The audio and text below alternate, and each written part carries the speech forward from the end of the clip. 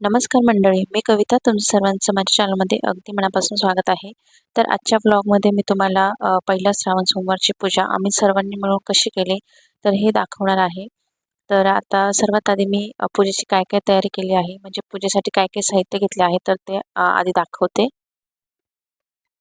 तर पूजा साहित्यांमध्ये एका मोठ्या ताटामध्ये मी इथे अभिषेक करण्यासाठी दही, दूध, मध, साखर आणि तूप असं वेगवेगळं घेतलेलं आहे आणि बाजूला पाणी घेतलेलं आहे. तर हे आपण म्हणजे दही, दूध, तूप, मध, साखर हे पाचही पदार्थ आपण एकत्र मिळून पंचामृत बनवू शकतो. म्हणजे अभिषेक करण्यासाठी इथे शिवलिंग घेतलेलं आहे. त्याच्यानंतर गणपती बाप्पाची मूर्ती घेतलेली आहे. इकडे गंगाजल आहे. इथे भस्म घेतलेला आहे. नंतर इथे तूप घालून निरंजन तयार करून घेतलेले आहे. अगरबत्ती घेतलेली आहे. त्याच्यानंतर अगरबत्तीचं स्टँड आहे. इथे हळद, कुंकू, अक्षतांची कुळी आहेत. फुलं आहेत काही. नंतर माचीस. नंतर इथे ताटं घेतलेली आहेत. देवाचे तामण आहे. समया तयार करून घेतलेल्या आहेत तेल घालून. नंतर इकडे कापूरदाणी वगैरे आहे. तर हे सर्व साहित्य मी आधी एका ताटामध्ये सर्व तयारी करून घेतलेली आहे, जेणेकरून आपल्याला पूजेच्या वेळेस सारखं उठावं लागत नाही. त्यानंतर आता इथे मी ओमची रांगोळी काढून घेत आहे. तर पूर्वी ठिपक्यांच्या रांगोळ्या खूप काढल्या जायच्या. तर ही ओमची रांगोळी जी आहे तर ती माझ्या आजीने शिकवलेली आहे मी लहान असताना. तर आणि मला अजूनसुद्धा खूप म्हणजे ती लक्षात आहे. आणि बऱ्याच जेव्हा सोमवारची पूजा असेल किंवा महादेवांची पूजा करायची असेल तर मी ही ओमची रांगोळी काढत असते.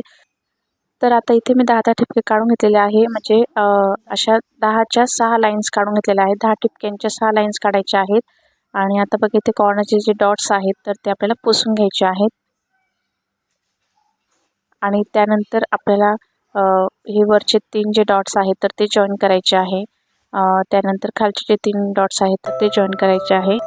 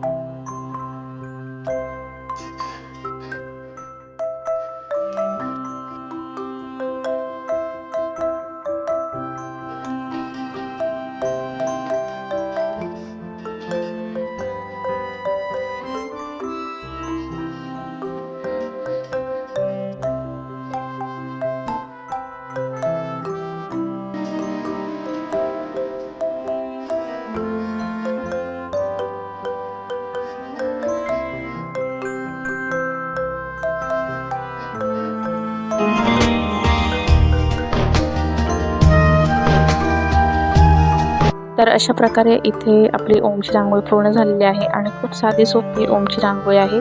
तर तुम्ही एखाद्या श्रावण सोमवारी नक्की काढून बघा.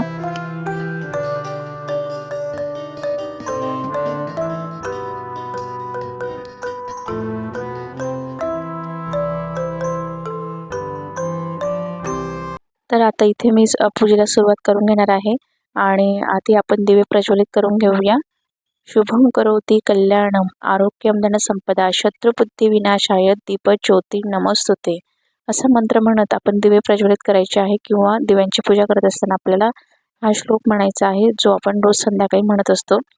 तर आता दिवे प्रज्वलित केल्यानंतर मी आता इथे हळद, कुंकू, अक्षता, फुलं वाहून दिव्यांची पूजा करून घेणार आहे.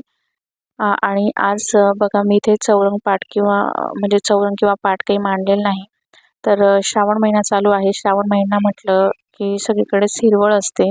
तर त्याच पद्धतीने इथे मी छान असं आर्टिफिशियल ग्रास टाकलेला आहे आणि त्यावर मी आजची छान भगवान शंकरांची पूजा करणार आहे. तर आज आहे पहिला श्रावण सोमवार आणि पहिल्या श्रावण सोमवारची पूजा मी आता संध्याकाळी करत आहे. कारण म्हणजे दरवर्षी श्रावण सोमवारची पूजा मी सकाळीच करून घेते. आणि काल रविवार होता, खूप पाऊस होता, तर त्यामुळे म्हणजे मार्केटमध्ये जाता आलं नाही. आणि आज सोमवार असल्यामुळे बेलाची झाडं पण आमच्या आजूबाजूला आहे आणि सोमवारी बेलाची पानं तोडता येत नाही.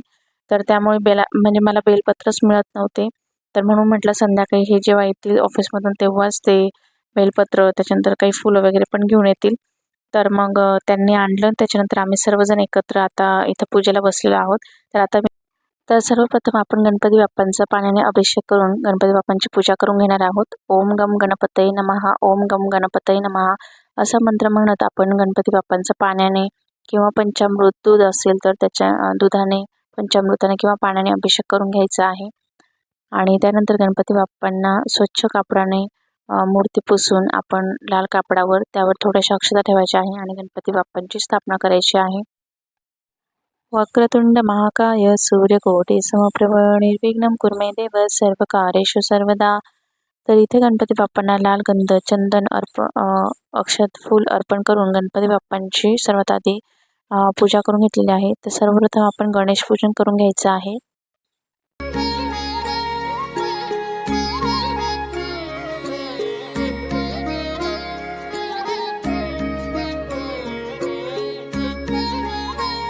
आता मी इथे शिवलिंगाची पूजा करून घेणार आहे. तर शिवलिंग एका तामणात ठेवायचं आहे आणि शिवलिंग ठेवताना नेहमी जी पुढची बाजू असते म्हणजे शिवलिंगाचा जो टोकाचा भाग असतो तो उत्तरेकडे आला पाहिजे. आणि आता मी शिवलिंगावर सर्वप्रथम पाण्याने अभिषेक करून घेणार आहे. त्यानंतर दुधाने, दहीने, साखर, मध आणि तूप तर अशा 5 पदार्थांनी म्हणजे पंचामृताने आपल्याला अभिषेक करून घ्यायचा आहे. आणि अभिषेक करत असताना ओम नमः शिवाय, ओम नमः शिवाय असा मंत्राचा जप करत आपला अभिषेक करायचा आहे.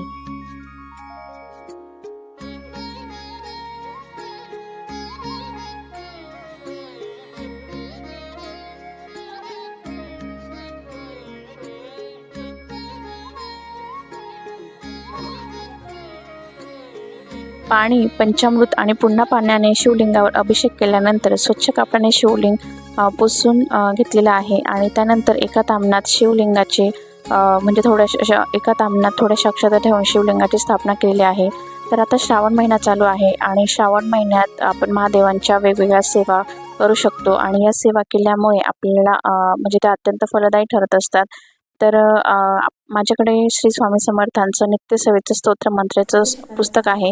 तर त्यामध्ये वेगवेगळे मंत्रस्तोत्र दिलेले असतात. तर श्री शिव अष्टोत्तर शत नामावली मी आता म्हणणार आहे. तर आता हे सुद्धा सोबत आहे. तर म्हणून आम्ही दोघंही म्हणजे सोबत हे शिव अष्टोत्तर शत नामावली म्हणून शिवलिंगावर पाण्याने अभिषेक करणार आहे. ओम वामदेवाय नमः, ओम विरूपाक्षाय नमः, ओम कपदिने नमः, ओम नीललोहिताय नमः, ओम शंकराय नमः, ओम श्री शिव अष्टोत्तर शत नामावली म्हणजे भगवान शंकरांचे 108 नावांचा जप करणे.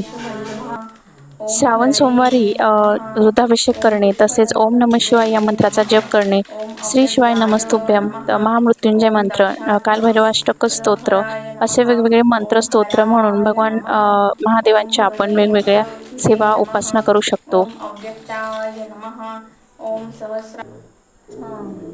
अन्वितला पूजेची प्रचंड आवड आणि त्याला सेपरेट पूजा करायची होती. तर त्यामुळे आमची पूजा झाल्यानंतर त्याने सुद्धा पाण्याने शिवलिंगावर अभिषेक केला.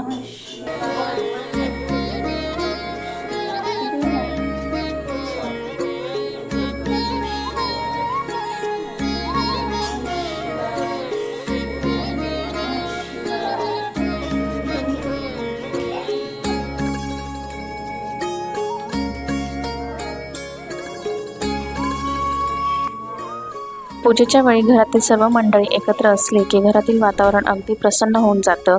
आणि सर्वांनी आता इथे जलाभिषेक केला आणि घरातील वातावरण खरंच अगदी शिवमय झाल्यासारखं वाटत होतं. आणि त्यानंतर इथे मी जलाभिषेक केल्यानंतर पुन्हा म्हणजे मी त्याआधी तयारी करून ठेवलेली होती.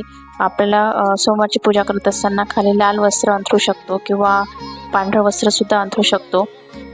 तर इथे मी कापड टाकले आहे, त्यावर एक ताम्हण थोड्याशा अक्षता ठेवला आणि शिवलिंगाची स्थापना करून घेतलेली आहे. आणि इथे भस्म अर्पण केलं, त्यानंतर चंदन अर्पण करायचं आहे. तर भगवान शंकरांना हळद कुंकू अजिबातही चालत नाही. तर आपण भस्म, चंदन, गुलाल अर्पण करू शकतो आणि तेही नेहमी मधले जे 3 बोटं असतात तर त्याने आपण चंदन किंवा भस्म लावायचं आहे. त्यानंतर मी माळ वाहिली आहे. नंतर भगवान शिवांना पांढरी फुलं अतिशय प्रिय असतात, तर पांढरी फुलं मी अर्पण केलेली आहे. त्यानंतर महादेवांना धोत्र्याचे फूल तसेच धोत्र्याचे फळसुद्धा अतिशय प्रिय आहेत. पण या दिवसांमध्ये आपल्याला धोत्र्याचे फूल किंवा फळ अजिबात म्हणजे खूप कमी प्रमाणात दिसून येतात. तर आता माझ्या गार्डनमध्ये धोत्र्याचे झाड आहे, पण त्याला अजिबातही फूल किंवा फळ आलेलं नाही आणि आजूबाजूला सुद्धा कुठे दिसून येत नव्हतं. तर त्यामुळे पप्पांना म्हणजे खूप लांब असं शेतात वगैरे ते गेले होते, तर तिथे सुद्धा एकच फूल भेटलं. पण ठीक आहे, म्हणजे पूजा करण्यासाठी मला महादेवांची सेवा करण्यासाठी एक फूल तरी मिळालं. आणि त्यानंतर बेल, नंतर फळ वगैरे यांनी मार्केटमधूनच आणलं होतं. तर आता मी इथे बेल अर्पण करत आहे. तर बेल अर्पण करताना नेहमी आपण जो मागचा देठाचा भाग असतो तर तो थोडासा तोडून घ्यायचा आहे आणि थोडंसं बेल आपण पाण्यात बुडवून आणि त्यानंतर जो गुळगुळीत भाग असतो म्हणजे पालथं आपण नेहमी शिवलिंगावर बेल अर्पण करायचं असतं. तर इथे बेल अर्पण केलं, धोत्र्याचं फळ अर्पण केलेलं आहे. भगवान शंकरांच्या पूजेत बेलपत्राला खूप महत्त्व असतं. त्यामुळे आपण बेलपत्राच्या बाबतीत काही नियम पाळले पाहिजे. तर जसं की आपण बेलपत्र तोडताना कधीही सोमवारी किंवा अमावास्याच्या दिवशी तोडू नये. त्यानंतर बेलपत्र वाहताना तुटलेले किंवा फाटलेले बेलपत्र वाहू नये. म्हणजे 3 पानांचं बेलपत्र असतं तसंच व्हावं आणि बेलपत्र वाहताना नेहमी मागचं देठ तोडून पालथे व्हावे. आणि जो पानाचा टोकाचा भाग असतो तर तो आपल्याकडे आला पाहिजे आणि देठाचा मागच्या बाजूला अशा प्रकारे आपण बेलपत्र व्हायचे आहे. तर इथे आता माझं म्हणजे बेलपत्र, त्यानंतर फुलं, धोत्र्याचं फळ वगैरे सर्व वाहून भगवान शंकराची छान अशी पूजा झालेली आहे आणि आजूबाजूला मस्त असं फुलांनी छान असं सजवून घेणार आहे.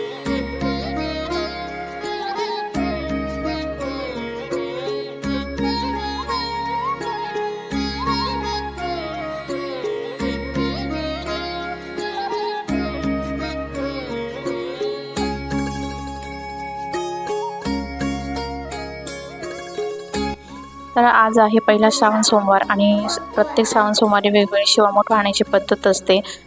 तर पहिल्या सोमवारी तांदूळ शिवामोठ असते. तर आपण जेव्हाही शिवामोठ वाहतो तर अगदी मूठभर आपल्याला धान्य घ्यायचं आहे आणि धान्य कधी कोरडे वाहू नये, तर थोडंसं ओलं करून घ्यायचं आहे किंवा अशा प्रकारे मुठीत पूर्ण आपली मूठ भरून धान्य घ्यायचं आहे आणि उभी मूठ धरायची आहे आणि वरून थोडं थोडं पाणी टाकत आणि शिवामूठ म्हणजे धान्य थोडं थोडं पिंडीवर आपल्याला सोडत शिवा शिवा महादेवा माझी शिवामूठ ईश्वरा देवा माझ्या मनातल्या इच्छा पूर्ण करे देवा असं म्हणत आपण हे शिवामूठ 3 वेळा अर्पण करायचे आहे.